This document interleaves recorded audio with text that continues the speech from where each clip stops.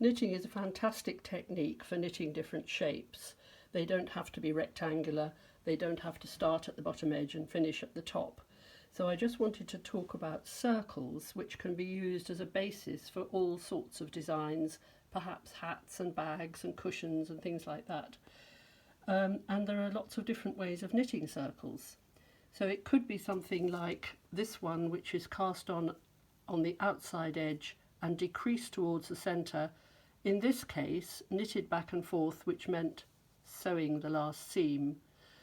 And a neater way of doing it would be to work in the round, so that you're decreasing towards the centre, and at that point you would have to work on double pointed needles. But when the circle is big enough, you can use a circular needle, which is really much more convenient.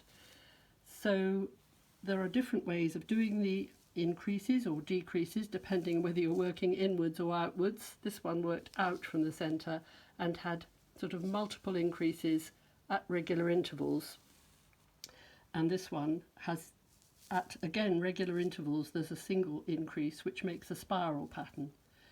However, I know that some people find circular knitting a little bit alarming, so there's another way of making circles which is just wonderfully simple, which is to work backwards and forwards, but to work in short rows, leaving a stitch or even 2 stitches behind on alternate rows, and that gives you this wedge shape. At that point, when you've got all the stitches left on your needle, you knit all the way across and knit another piece and build it into a circle knitted sideways.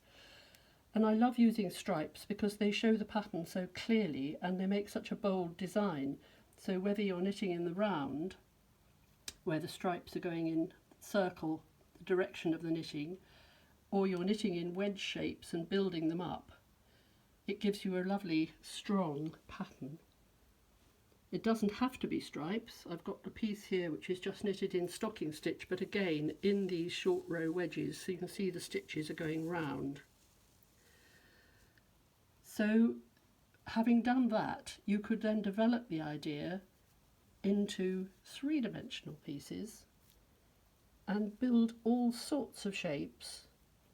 I've got one here which is knitted in raffia, so it's almost like a knitted basket. And here is a knitted bag.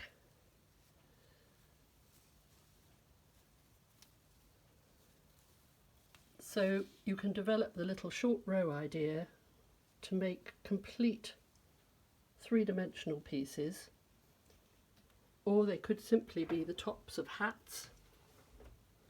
That one was knitted in the round and this one sideways in the little short row segments.